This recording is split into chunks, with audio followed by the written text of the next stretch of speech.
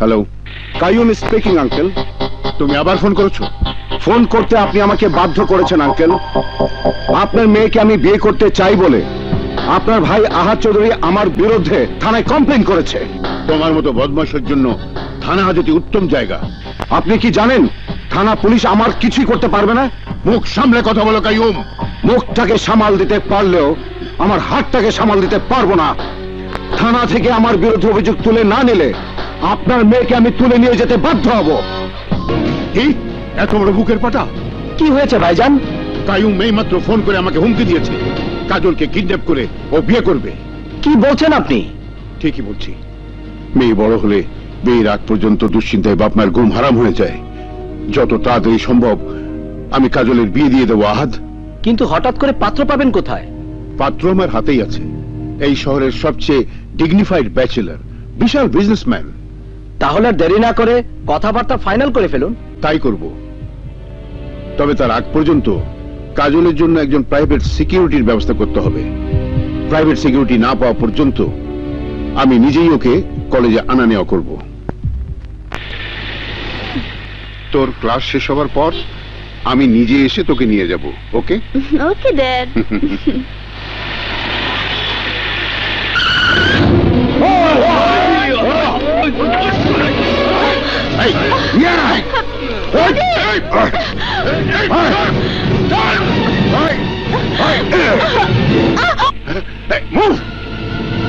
চলো চলো তাড়াতাড়ি চলো। আমার বাবা তোমাদের কোম্পানির চাকর ছিল বলে ভেবো না আমি তোমার চাকর। আজ থেকে আমি তোমার স্বামী।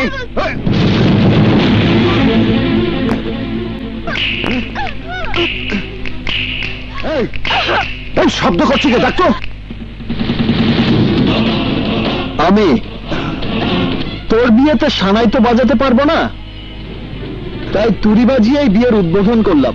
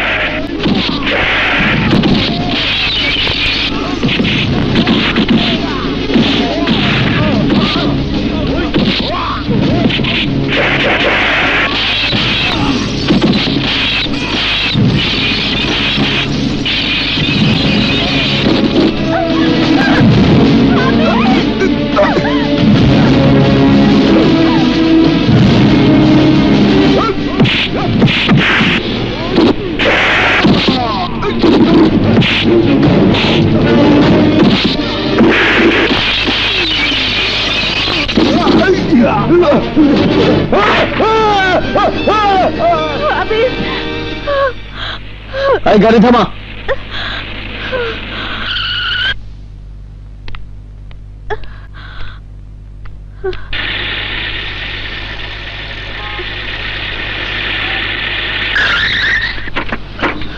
কাজল, মোহাম্মদ,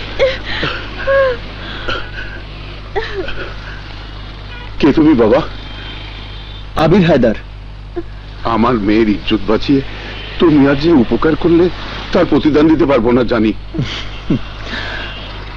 প্রতিদানের আশা করে আমি কখনো কোনো কাজ করি না। বাহ, এই তো আদর্শবান ছেলের কথা। এই নাও, আমার বাড়ির ঠিকানাটা রাখো। আগামী শুক্রবার তোমার দাওয়াত রইল। আসলে ভীষণ খুশি হব। কিসের দাওয়াত? এখনই নাই বা শুনলে? মনে করো আমার এই দাওয়াত তোমার জন্য একটা সারপ্রাইজ। বলিস কি?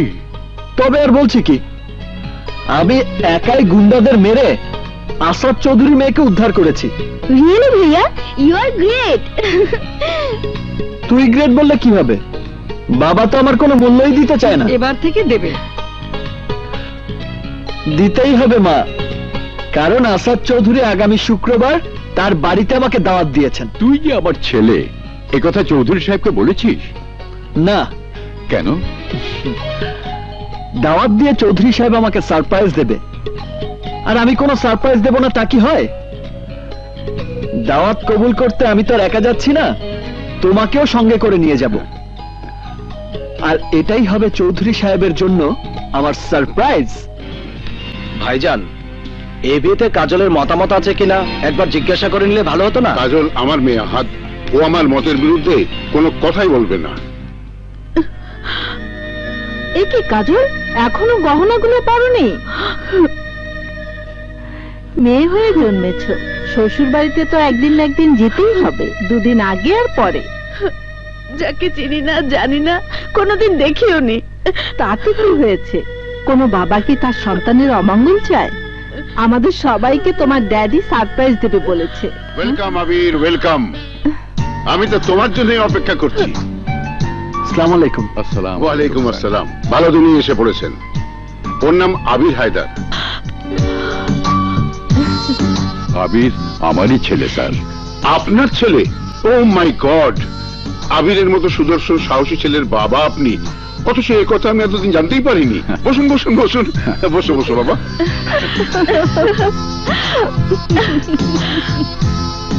আবির আমার মেয়ের জন্য যা করেছে তার পুরস্কার ও নিশ্চয়ই পাবে। আর দেরি কেন ভাইজান, আপনি অনুমতি দিলে কাজলকে আংটি পরানোর পর্বটা সেরে ফেলি। নিশ্চয়ই নিশ্চয়ই।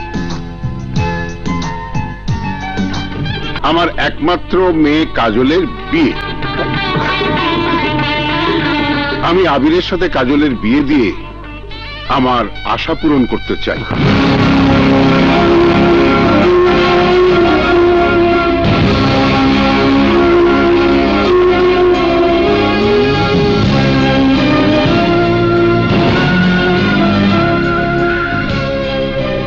আরে এসো এসো। আসসালামু আলাইকুম। ওয়ালাইকুম আসসালাম। এই হচ্ছে আমার হবু জামাই মির্জা আবির, এই শহরের বিখ্যাত বিজনেস ম্যাগনেট। বসো। Thank you.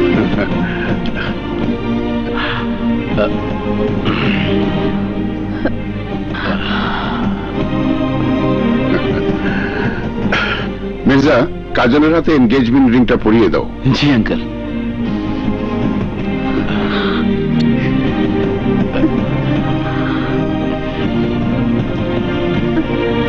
Excuse me. হাতটা দাও।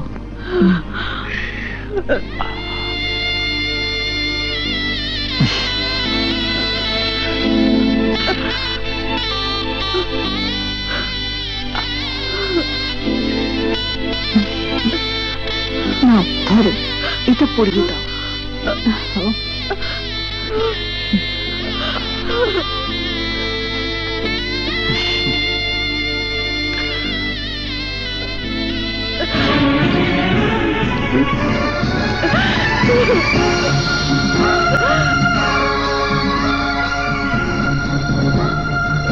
জামাই বাবাজি, এর নাম আবির হায়দার, আমার বিশ্বস্ত সুপারভাইজারের আদর্শবান ছেলে। ওয়াও। কাজলকে ও গুন্ডাদের হাত থেকে একবার বাঁচিয়েছিল। কর্মচারীর কাজই হচ্ছে মালিকের জীবন রক্ষা করা। It's simple. আমি চাই বিয়ের আগ পর্যন্ত আবির আমার মেয়ের প্রাইভেট সিকিউরিটি হিসেবে কাজ করবে।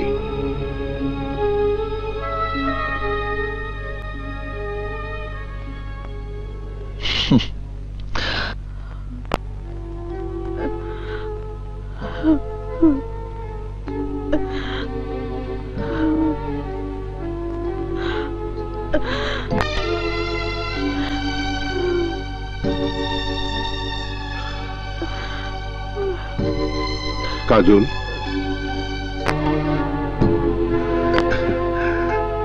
তুই আমাকে নিশ্চিন্ত করলি মা।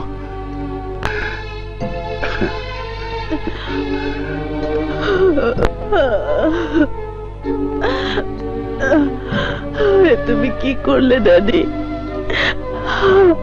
আমার জীবনটা তুমি ধ্বংস করে দিলে।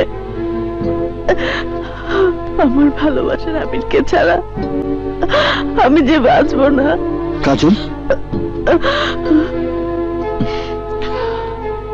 কাজল। আবির, বোকামি। কাঁদছো কেন? এঙ্গেজমেন্ট হয়েছে, বিয়েতে হয়ে যায়নি। বিয়ে হয়ে গেলে আমি কি করব? আমার জীবন থাকতে তোমার বিয়ে অন্য কোথাও হতে পারে না। আবির,